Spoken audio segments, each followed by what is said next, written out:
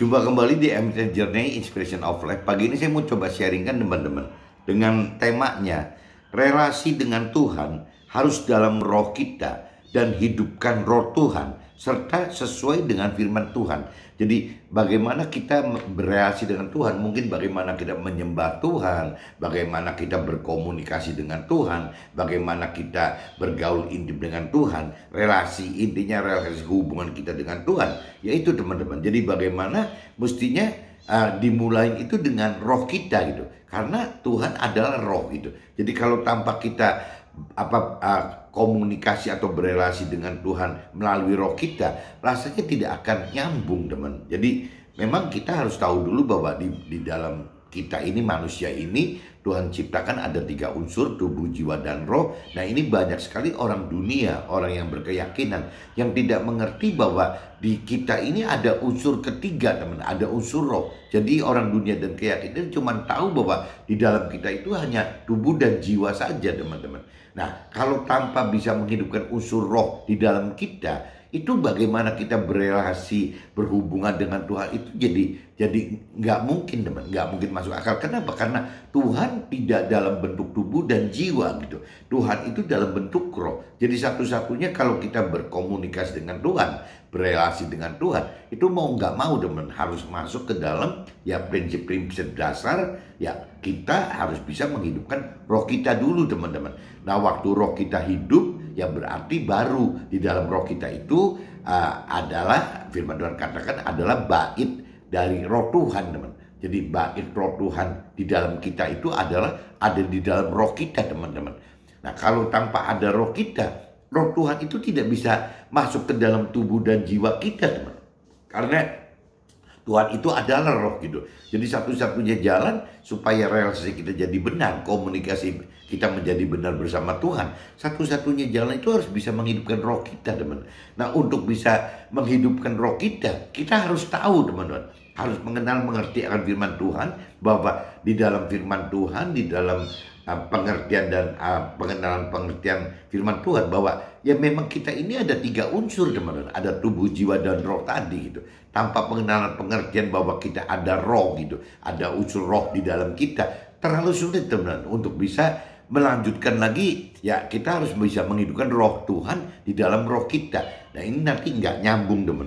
Nanti coba setelah dalam draft nanti saya coba jelaskan apa sih bedanya relasi gitu, relasi dengan Tuhan itu ternyata terkotak-kotak minimal kalau menurut pengertian saya terbagi 4 teman. Kalau menurut pengertian saya gitu. Jadi ada 4 tingkatan relasi yang berbeda-beda. Tapi sebelum masuk ke draft, coba saya baca dulu di kitab Matius teman, kitab Matius pasal 13 ayat 24 sampai 30 dan kitab Yohanes pasal 4 13 sampai 24 teman-teman. Saya mulai dari kitab Matius dulu aja, kitab Matius pasal 13 teman-teman. Pasal 13 ayat 24 sampai 30 teman-teman. Judul perikopnya perumpamaan tentang lalang di antara gandum gitu. Judulnya itu perumpamaan tentang lalang di antara gandum. Nabi Isa membenarkan suatu perumpamaan lain lagi kepada mereka. Katanya, hal kerajaan sorga itu seumpama orang yang menaburkan benih yang baik di ladangnya. Tetapi pada waktu semua orang tidur, datanglah musuhnya menaburkan benih lalang di antara gandum itu, lalu pergi. Ketika gandum itu tumbuh dan mulai berbulir, nampak jugalah lalang itu. Maka datanglah hamba-hamba Tuan ladang itu kepadanya dan berkata, Tuan, bukankah benih baik yang Tuan taburkan di ladang Tuan? Dari manakah lalang itu? Jawab Tuan itu, seorang musuh yang melakukannya. Lalu berkatalah hamba-hamba itu kepadanya, jadi maukah Tuan supaya kami pergi mencabut lalang itu? Nah tetapi ia berkata, jangan, sebab mungkin gandum itu ikut tercabut pada waktu kamu mencabut lalang itu. Ya biarkanlah keduanya tumbuh bersama-sama sampai waktu menuai. Pada waktu itu aku akan berkata kepada para penuai, kumpulkanlah dahulu lalang itu dan ikatlah berberkas-berkas untuk dibakar si lalangnya teman-teman. Kemudian kumpulkanlah gandum itu ke dalam lumbungku. Nah ini perumpamaan ini teman-teman, perumpamaan tentang lalang di antara gandum ini. Jadi ceritanya yang tadi teman-teman. Jadi apa ya, banyak orang yang berrelasi dengan Tuhan itu salah kaprah gitu teman. Jadi kalau salah itu diistilahkan di cerita ini adalah menjadi lalangnya, ilalangnya gitu. Nah, adapun yang benar itu, relasi dengan Tuhan yang benar itu disebutnya gandumnya. Tapi untuk memisahkan sekarang teman-teman, antara yang salah berrelasi dengan Tuhan dan yang benar berrelasi dengan Tuhan, ini kadang-kadang repot sekali teman-teman. Ya, karena masing-masing pihak akan bersikeras gitu. Yang tadi saya katakan, kalau menurut versi saya, pengertian saya bisa terbagi 4. Cara berrelasi dengan Tuhan itu terbagi 4. Nah, masing-masing ini mempunyai apa ya, kekerasan hati bahwa ya yang benar itu versinya mereka masing-masing teman-teman. Nah, di dalam firman ini cerita, memang dalam saat kita hidup ya kita mesti jeli sekali teman-teman, karena empat-empatnya itu, 4 kategori itu hidup teman. Masing-masing punya apa ya, punya fansnya gitu. Punya pendukungnya masing-masing. Jadi relasi yang pertama, 2, 3, 4 itu masing-masing punya pendukungnya teman-teman. Nah, waktu memisahkan ini, maksud firman Tuhan itu terlalu sulit teman-teman. Nanti setelah kita meninggal dunia, ya kita mengalami penghakiman, kita mengalami penghukuman di akhirat. Nah, di situ tuh teman-teman baru dipilah sama Tuhan gitu, mana yang benar dan mana yang salah. Nah, tapi kan sudah terlambat teman. Kalau sudah kondisi seperti itu terlambat. Berarti dari sekarang kita mesti belajar mengenal, mengerti akan firman Tuhan secara dalam gitu. Benar-benar ya bagaimana untuk bisa mendapatkan satu pilihan relasi yang benar teman. Kalau dalam hal sharing pagi ini kita bicara 4 macam relasi teman-teman. Ini saya sudah bacakan di kitab, nanti yang detailnya saya langsung ke draft aja gitu. Ini saya sudah bacakan di kitab Matius teman-teman, pasal 13 ayat 24 sampai 30. Dan ini saya langsung lanjut aja teman-teman, supaya nanti di draftnya nggak kepotong gitu. Saya coba perkuat dengan ayat dari kitab Yohanes teman-teman. Kitab Yohanes pasal 4 ayat 13 sampai 24 teman-teman. Ayatnya 13 sampai 24. Nah, kalau judul totalnya sih teman-teman, kalau dari ayat 1 sampai ini panjang sekali sampai ayat 42, judul perikopnya itu percakapan dengan perempuan Samaria, itu judulnya itu teman. Tapi terlalu panjang, jadi saya ambil 13 sampai 24 aja dengan perikop percakapan dengan perempuan Samaria. Jawab Nabi Isa kepadanya, barang siapa minum air ini, ia akan haus lagi. Tetapi barang siapa minum air yang akan kuberikan kepadanya, ia tidak akan haus untuk selama-lamanya. Sebaliknya, air yang akan kuberikan kepadanya akan menjadi mata air di dalam dirinya yang terus-menerus memancar sampai kepada hidup yang kekal. Kata perempuan itu kepadanya, berikanlah aku air itu, supaya aku tidak haus dan tidak usah datang lagi ke sini untuk menimba air. Nah, kata Nabi Isa kepadanya, pergilah, panggillah suamimu dan datang ke sini. Kata perempuan itu, aku tidak mempunyai suami. Nah, kata Nabi Isa kepadanya, tepat katamu bahwa engkau tidak mempunyai suami, sebab engkau sudah mempunyai 5 suami, dan yang ada sekarang padamu bukanlah suamimu. Dalam hal ini engkau berkata benar. Nah, kata perempuan itu kepada Nabi Isa gitu, nyata sekarang padaku bahwa engkau seorang nabi. Jadi waktu Nabi Isa katakan bahwa perempuan itu sudah ada 5 suami dan sekarang pun yang satu berarti 6, itu bukan kategori suaminya, berarti apa? Kategori simpanannya atau apa? Dan wanita Samaria itu, perempuan Samaria itu jadi malah menganggap bahwa nubuatan atau kata-kata Nabi Isa itu benar gitu. Makanya jadi perempuan Samaria katakan bahwa ya pantaslah kalau memang Nabi Isa itu adalah seorang nabi gitu. Tadinya kan dia ragu-ragu apa benar Nabi Isa itu seorang nabi gitu. Nah, tapi dengan Nabi Isa menebak seperti itu, bernubuat seperti itu, mengatakan seperti itu bahwa situasi kondisi perempuan Samaria itu bukan resmi bersuami, tapi mungkin jangan-jangan ada 5 atau 6 orang yang memang menjadi simpanan perempuan Samaria itu gitu. Nah, akhirnya perempuan Samaria itu malah sadar, malah memberitakan kepada teman-temannya gitu bahwa Nabi Isa tuh bisa mengatakan hal yang benar itu, apa yang terjadi di dalam hidupnya si perempuan Samaria ini teman-teman. Jadi kurang lebih begitu kan teman-teman. nenek moyang kami menyembah di atas gunung ini, tetapi kamu katakan bahwa Yerusalemlah tempat orang menyembah. Nah, ini kalau bagi yang tadi dikatakan apa menyembah Tuhan atau relasi dalam Tuhan itu tergantung sekali tingkatannya, teman-teman. Jadi kalau bagi orang-orang Samaria pada umum pada zaman itu, ya contohnya ini juga perempuan Samaria ini. Jadi perempuan Samaria itu katakan bahwa kalau buat ajarannya dia orang-orang Samaria menyembah itu ya adanya di gunung ini gitu ya, di gunung ini gitu. Nah, tetapi orang-orang Yahudi waktu itu yang dianggap, kalau Samaria waktu itu kan mungkin masih dianggap bukan bertuhan, teman. Jadi masih pegang dewa gitu. Tapi kalau orang-orang Yahudi itu ya pegang kitab Taurat yang sudah dianggap pegangan dari Tuhan Allah. Jadi seolah ada kesan dari perempuan Samaria itu kalau buat dia yang menyembah dewa-dewa itu ya nyembahnya di gunung-gunung ini. Tapi bagi orang Yahudi yang katanya menyembah Tuhan Allah ya menyembahnya adanya di Yerusalem gitu. Jadi secara umum memang image umumnya seperti itu, teman-teman. Nah, cuman kata Nabi Isa kepadanya, percayalah kepadaku, hai perempuan, saatnya akan tiba. Nanti mungkin kalau kita juga sama seperti perempuan ini, setelah kita dewasa rohani, ya saatnya akan tiba bahwa kamu akan menyembah Tuhan Allah, bukan di gunung ini dan bukan juga di Yerusalem. Nah, jadi Nabi Isa katakan begitu, bahwa yang menyembah yang benar itu relasi kita dengan Tuhan itu bukan di gunung gitu kan, bukan di bait suci di Yerusalem gitu. Jadi Nabi Isa ajarkan bahwa hubungan kita dengan Tuhan itu ya adanya di dalam roh kita dan di dalam firman Tuhan itu. Nah, ini coba saya bacakan, tuntaskan dulu. Kamu menyembah apa yang tidak. Di sini kalau kita perdalam lagi, kata Nabi Isa kepadanya, percayalah kepadaku, hai perempuan, saatnya akan tiba bahwa kamu akan menyembah Tuhan Allah bukan di gunung ini dan bukan juga di Yerusalem. Kamu menyembah apa yang tidak kamu kenal.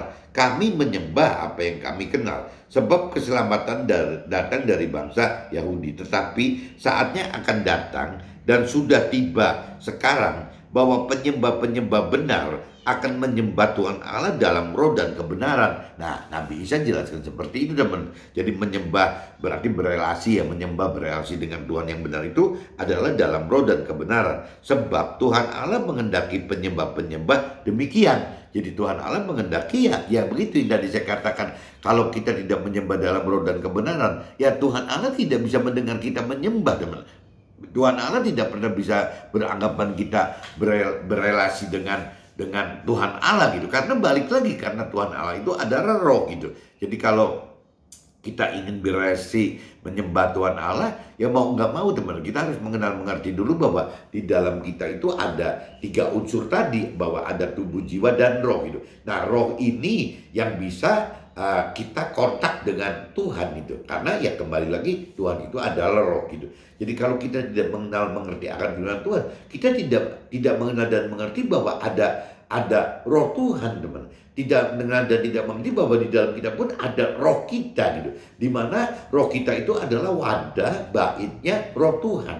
Nah, untuk bisa mengerti firman Tuhan, kalau firman Tuhan katakan kalau tidak menghidupkan roh Tuhan, kita tidak akan mampu mengerti firman Tuhan dari pikiran, perasaan, kehendak Tuhan, teman. Itu yang mesti kita camkan itu. Begitupun juga waktu melakukan firman Tuhan, teman. Apabila kita tidak menghidupkan roh Tuhan di dalam kita, kita juga tidak akan mampu melakukan firman Tuhan. Itu yang firman Tuhan katakan seperti itu, teman-teman. Jadi ini sekali lagi ya Nabi Isa tegaskan bahwa penyembah-penyembah benar akan menyembah Tuhan Allah dalam roh dan kebenaran. Sebab Tuhan Allah menghendaki penyembah-penyembah demikian. Allah itu roh, dan barang siapa menyembah dia harus menyembahnya dalam roh dan kebenaran. Nah, ini dipertegas di ayat 24-nya, teman-teman, bahwa Allah itu roh, dan barang siapa menyembah Tuhan Allah, ya harus menyembahnya dalam roh dan kebenaran. Harus menyembah dalam roh, dalam artian dari sisi roh kita bersama roh Tuhan, dan dengan firman Tuhan. Kebenarannya itu kan firman Tuhan, teman. Kebenarannya harus dari firman Tuhan yang dihidupkan oleh roh Tuhan juga. Jadi bagaimana kalau kita mau kontak dengan Tuhan itu, berelasi dengan Tuhan itu, ya harus bisa menghidupkan roh kita gitu. Ya, dimana nanti roh Tuhan juga terlibat di dalam roh kita. Begitupun firman Tuhan, teman. Firman Tuhan pun akan terlibat dalam di dalam roh Tuhan juga gitu. Jadi nanti yang akan kontak dengan Tuhan itu, berelasi dengan Tuhan, menyembah Tuhan itu adalah roh kita bersama Tuhan, dan juga firman Tuhan kita bersama roh Tuhan gitu. Jadi dua-duanya harus ada roh Tuhan yang mendampingi, teman-teman, untuk bisa masuk ke dalam ya penyembahan yang benar, relasi benar dengan Tuhan. Ini saya sudah bacakan, teman-teman, di kitab Matius pasal 13 ayat 24 sampai 30, dan saya sudah bacakan di kitab Yohanes pasal 4 ayat 13-24. Nah, sekarang coba saya masuk ke draft aja, teman-teman. Siapa tahu bisa lebih detail itu penjelasannya. Ini menurut pengamatan saya, teman-teman. Ini nggak tahu ini nanti apakah mentor rohani setuju atau tidak, atau rohaniawan setuju nggak atau enggak, saya nggak ngerti. Cuman saya sebagai pengusaha, orang yang di marketplace gitu, yang ada di dunia sekuler, ya pengertian saya ya relasi dengan Tuhan harus dalam roh kita. Ya kalau kita tidak mengadakan relasi atau menyembah Tuhan di dalam roh kita, rasanya tidak akan ketemu, teman-teman. Jadi relasi dengan Tuhan itu harus dalam roh kita, dan juga menghidupkan roh Tuhan, teman-teman. Sekaligus harus menghidupkan roh Tuhan serta sesuai dengan firman Tuhan. Tidak bisa melenceng dari luar firman Tuhan. Jadi tetap mesti ngaitannya begitu, harus ada firman Tuhan yang dihidupkan oleh roh Tuhan, dan juga harus ada roh kita yang dihidupkan oleh roh Tuhan gitu. Baru kita bisa berelasi dengan Tuhan, baru kita bisa menyembah Tuhan dengan cara yang benar, teman-teman. Ini menurut pengertian saya, teman-teman. Mudah-mudahan sesuai dengan mentor rohani dan rohaniawan gitu. Kalau saya baca di kitab firman Matius pasal 13 ayat 30, teman-teman, biarkanlah keduanya tumbuh bersama sampai waktu menuai. Pada waktu itu aku akan berkata kepada para penuai, kumpulkanlah dahulu lalang itu dan ikatlah berberkas-berkas untuk dibakar. Kemudian kumpulkanlah gandum itu ke dalam lumbungku. Nah ini firman Tuhan di ayat Matius pasal 13 ayat 30 bunyinya begitu, teman-teman. Firman tersebut mengiaskan gitu ya, relasi atau hubungan dengan Tuhan yang dilakukan manusia dengan berbagai-bagai cara yang berbeda pengertiannya, teman-teman. Yaitu yang hari ini saya mau sharingkan itu, minimal menurut pengertian saya terbagi menjadi 4 relasi, teman-teman. Bagaimana relasi berhubungan dengan Tuhan itu, bagaimana menyembah Tuhan itu terdiri dari 4 pengertian menurut saya gitu. Nah, sebenarnya ini kan kalau kita lihat menyimak kitab Matius pasal 13 ayat 30, teman-teman. Saya kadang-kadang khawatir sekali kalau cerita ayat ini terjadi, teman. Ini kan ayat terjadi kan yang salah itu akan dibakar, teman-teman. Jadi kalau dari empat macam relasi yang saya nanti jelaskan di sini, yang saya sharingkan hari ini, pagi ini gitu. Ini saya khawatir sekali. Kalau memang relasi yang pertama salah, kedua salah, ketiga salah, yang keempat benar gitu. Nah, yang saya khawatir jangan sampai kita keburu meninggal dunia, tapi kita masih dalam posisi yang masih salah, teman-teman. Masih salah relasi atau penyembahan terhadap Tuhan itu masih yang pertama salah, yang kedua salah, yang ketiga salah, anggaplah yang keempat benar gitu. Ya jangan sampai waktu kita meninggal dunia, waktu kita menghadap penghakiman dan untuk mendapatkan penghukuman, jangan sampai kita masih dalam pilihan yang 1, 2, 3, teman-teman. Kita belum bisa masuk yang keempat. Karena 1, 2, 3 itu kalau bicara di kitab Matius pasal 13-30, takutnya kita ini jadi kelompok lalang yang dibakar, teman-teman. Kan konyol, masa sih kita sampai meninggal dunia ujung-ujungnya masuk ke dalam akhirat untuk dibakar. Dibakar itu ya tidak jauh-jauh masuk neraka, teman-teman. Pasti kan begitu. Jadi kita mesti menentukan dari sekarang. Kalau sharing saya hari ini coba melemparkan ada 4 pilihan kategori relasi dengan Tuhan yang benar itu, ya kita mesti milih yang paling benar, teman. Waktu kita yang milih paling benar, mudah-mudahan kita masuk bukan kelompoknya lalang yang dibakar, tapi kita masuk ke dalam kelompok gandum yang ditaruh di lumbung Tuhan gitu. Ini yang saya khawatir itu seperti itu, pengertian ini, teman-teman, yang mesti teman-teman dan keluarga saya pahami dulu gitu. Nah, ini saya coba mulai jelasin. Pada umumnya, relasi dengan Tuhan dimulai dengan, saya bagi 4, teman-teman. Saya bagi 1, 2, 3, 4 gitu. Nah, yang 1, 2, 3 ini saya anggap kurang pas gitu, kurang ideal gitu. Yang saya anggap yang paling benar itu yang keempat, teman-teman. Nah ini kalau saya bicara yang pertama dulu teman. Relasi rasional yang menggunakan rasio atau jiwa manusia murni. Karena teori rohaninya minim gitu. Jadi ada kelompok orang yang kadang-kadang menyembah Tuhan, berelasi dengan Tuhan itu terlalu ngotot dengan pikiran perasaan kehendaknya sendiri, di jiwanya sendiri saja teman-teman. Tanpa dasar firman Tuhan.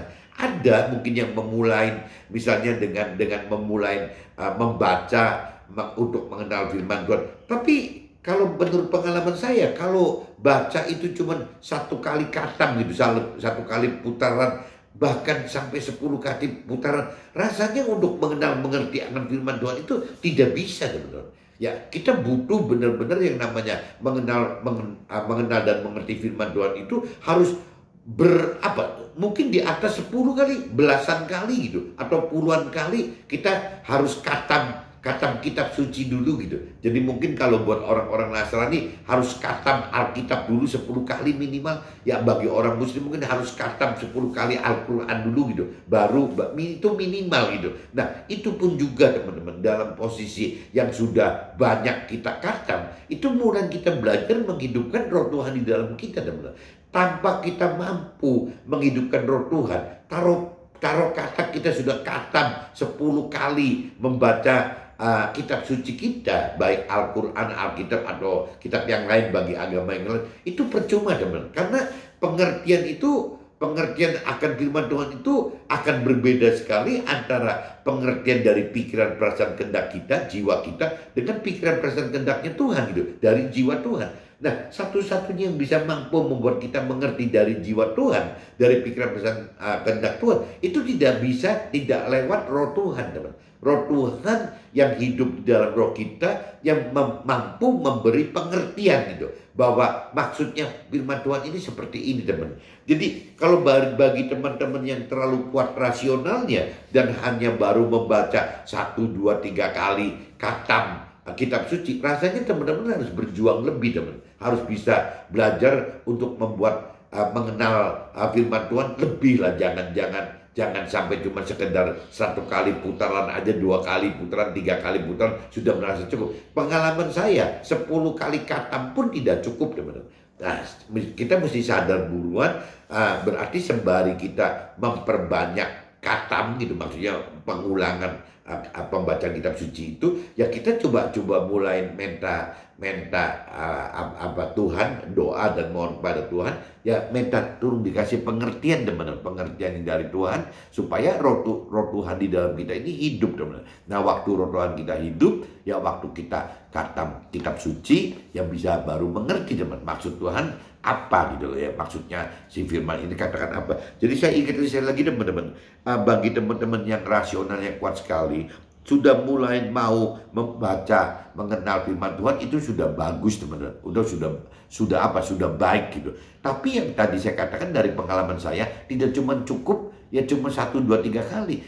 Pengalaman saya 10 kali pun saya tidak mengerti kok. Nah setelah belasan kali saya mulai gitu, karena ada unsur doa saya yang saya minta pengertian dari Tuhan, untuk Tuhan bisa memberikan pengertian firman kepada saya waktu saya membaca firman tersebut teman. Tanpa minta pengertian dari Tuhan, kita tidak bisa mengerti teman. Bahkan mungkin ada yang baca belasan kali, puluhan kali. Mungkin saya pernah dengar ada yang baca 100 kali lebih gitu. Tapi kalau tanpa ada pengertian dari Tuhan, percuma teman-teman. Yaitu akhirnya jadi cuman menjadi teori biasa saja gitu. Ya lebih baik daripada rasional sih. Tapi ya percuma juga gitu, karena masih bicara teori-teori firman Tuhan saja gitu. Itu yang kelompok 1 teman-teman. Jadi kita berusaha jangan masuk ke kelompok 1 yang orang yang rasional, yang baca kitab sucinya masih belum banyak gitu, dan belum dibukakan pengertian dari Tuhan. Ini harus berjuang terus teman-teman. Itu yang kelompok 1. Kelompok 2-nya ada juga teman-teman yang saya alamin, itu relasi dengan cara roh gitu. Maksudnya relasi dengan cara roh itu, kalau orang rohani katakan ngeroh gitu. Jadi apa-apa kayaknya yang lebih kalau kalau tadi yang pertama teman-teman, kalau bicara rasional, kalau kita bicara jiwa gitu, jiwa kita gitu, ada pikiran, perasaan dan kehendak gitu. Jadi kalau yang pertama teman, lebih banyak bicara dari pikiran teman, ya lebih menggunakan pikiran. Tapi kalau yang saya maksud dengan relasi dengan roh atau orang yang ngeroh, itu lebih banyak dengan perasaannya teman-teman. Ya bagaimana dengan perasaannya gitu. Nah, relasi yang dengan roh, yang ngeroh ini, yang menggunakan unsur roh manusia dengan kurang bersandar kepada firman Tuhan. Jadi malah kalau yang kelompok kedua ini terlalu pakai perasaan, terlalu pakai roh, ya akhirnya ngeroh gitu, apa aja dirohkan, sampai akhirnya merasa mungkin nikmat gitu, ya dengan pakai perasaan, urusan Tuhan itu dengan perasaan, sampai lupa akan firman Tuhan teman-teman. Umumnya orang ngeroh itu lemah di firman Tuhannya teman-teman. Jadi ini juga akan jadi salah juga teman-teman. Mestinya roh itu harus didampingi dengan firman Tuhan, tapi roh ini tidak didampingi firman Tuhan. Yang kelompok dua ini teman-teman, orang yang ngeroh ini, yang saya khawatir, ini kalau tidak cepat-cepat dilandasi dengan firman Tuhan yang kuat, lama-lama bisa jadi dukun loh teman. Lama-lama bisa jadi paranormal gitu. Karena tidak ada dasar firman Tuhannya gitu. Nah ini yang bahaya sekali teman-teman. Jadi kalau teman-teman ada di kelompok kedua yang ngeroh, ya nggak apa-apa sih. Tapi perkuat dengan firman Tuhan gitu. Nah kalau sampai firman Tuhan yang nggak jalan, akhirnya takutnya jadi dukun atau jadi paranormal. Ini yang kelompok dua yang relasi dengan roh, yang ngeroh teman-teman. Nah, ada juga relasi yang ketiga teman-teman, kontak dengan Tuhan gitu, relasi dengan Tuhan dengan cara yang ketiga, yaitu relasi teologi. Lebih banyak bicara teori firman Tuhan, relasi teologi yang menggunakan unsur jiwa manusia dengan terapkan teori dan hukum. Jadi langsung, jadi kalau pikiran, perasaan dan kehendak, yang namanya orang yang relasi dengan teologi, dengan cara teologi itu udah tidak mikir, tidak berasa gitu, tidak memikirkan, tidak memperasakan gitu, langsung bertindak aja dong, berkehendak untuk langsung melangkah. Kenapa? Karena dianggap sudah benar. Kenapa? Karena dia anggap ada teori-teori rohani yang mendukung langkah-langkahnya, bertindaknya mereka teman-teman, berkehendaknya mereka itu sudah didukung oleh dasar-dasar teori rohani gitu. Nah, kalau kita bicara teori rohani saja, teologi saja, yang dikhawatirkan firman itu jadi akhirnya tidak beda dengan teori rohani dan hukum-hukum rohani teman-teman, yang biasa manusia terapkan gitu. Lah padahal yang namanya teologi, teori firman atau hukum firman itu kan di dalam teori firman, teori firman atau hukum firman Tuhan itu kan hidup teman-teman, bukan mati, bukan baku. Nah kalau si orang-orang kelompok ketiga yang relasi teologinya misalnya berhenti di situ, tidak menghidupkan unsur roh gitu, jadi kebalik seperti relasi kedua teman-teman. Kalau yang kedua itu ngeroh banget gitu, yang ketiga itu teori banget, jadi aja dua-duanya juga nggak jalan teman-teman. Ya jadi yang kedua itu terlalu ngeroh tanpa dasar firman Tuhan, yang ketiga itu relasi teologi itu juga jadi full dengan kekuatan teori firman Tuhan sampai dijadikan hukum gitu.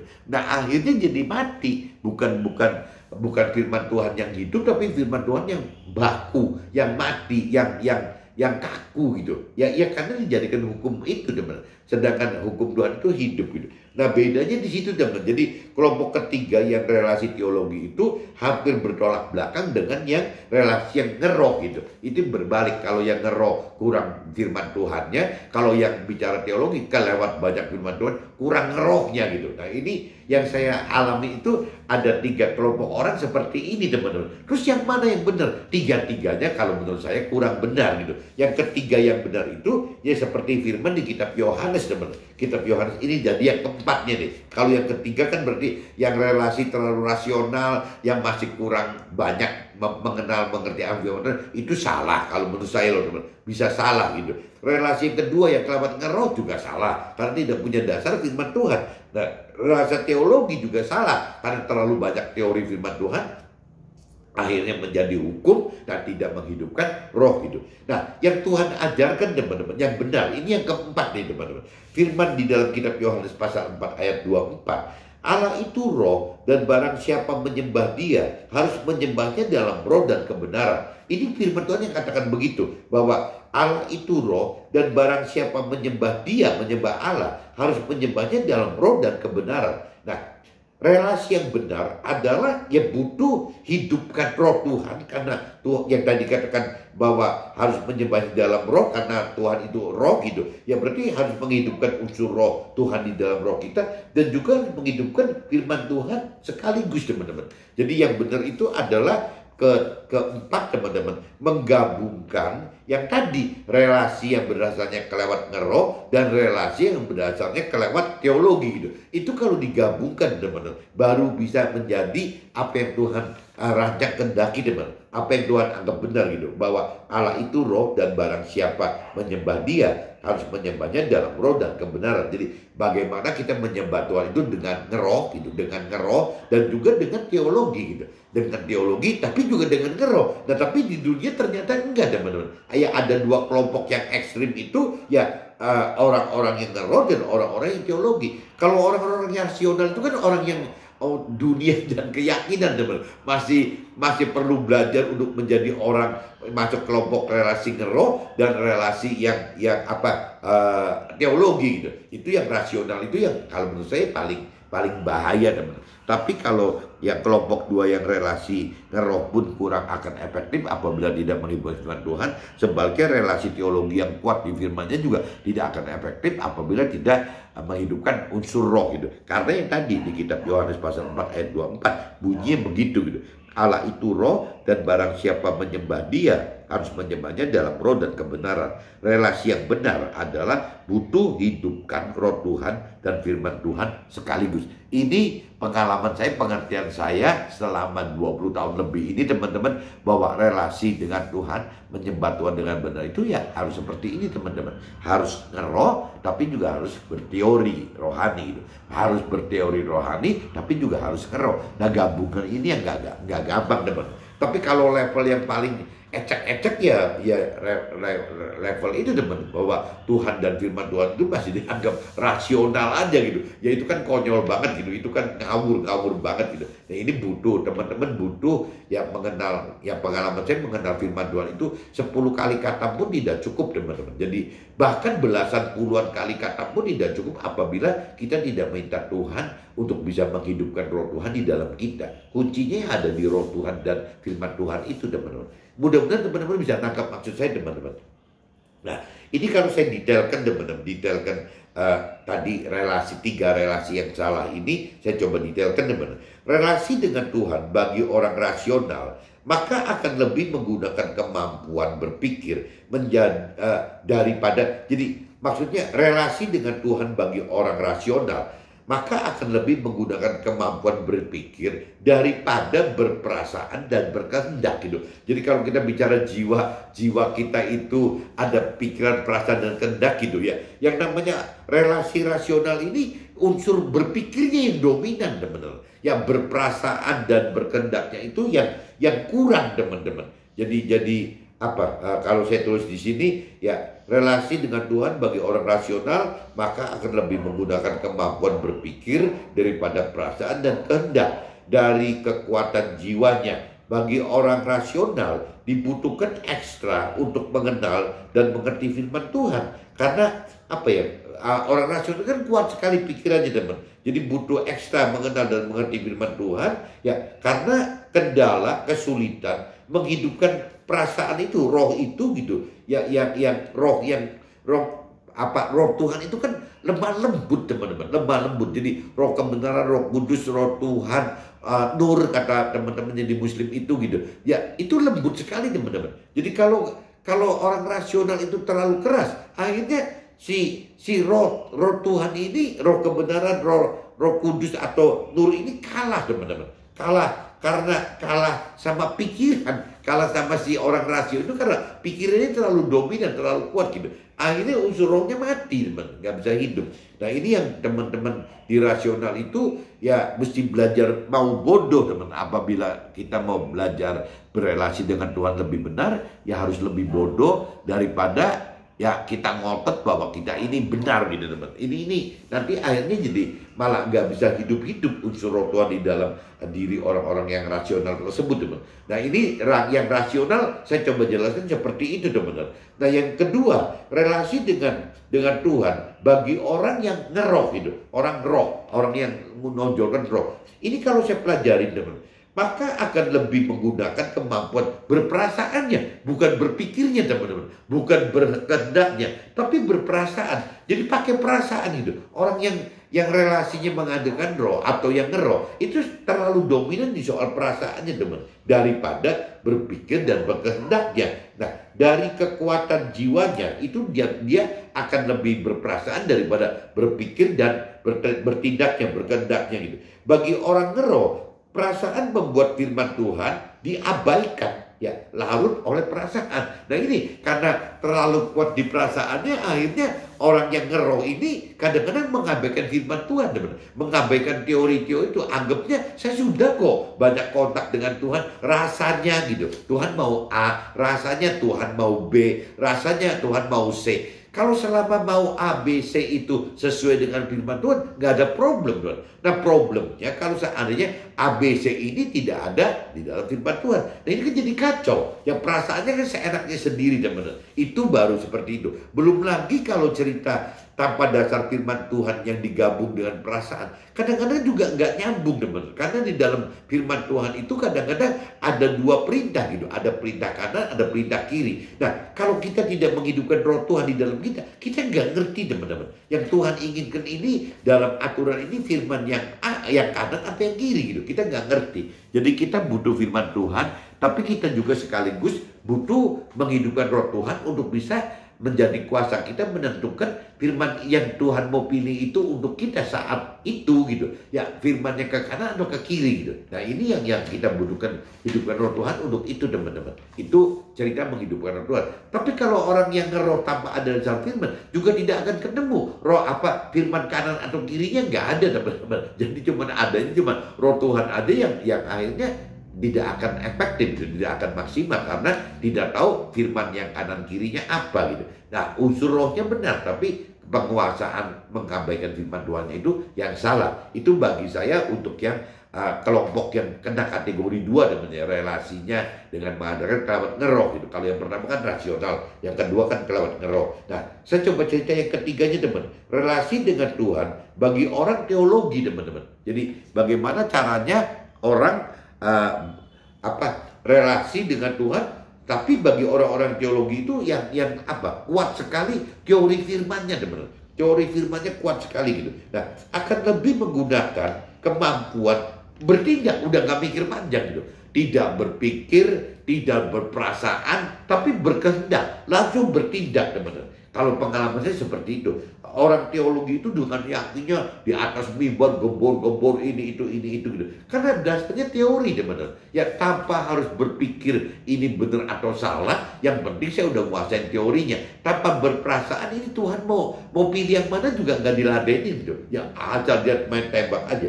Jadi kalau orang yang berteologi itu ya pasti akan begitu, teman. Akan lebih mendahulukan kehendaknya untuk bertindak daripada yang berpikir dan berperasaan. Karena teori firman dianggap sebagai hukum seperti hukum di dunia ini gitu.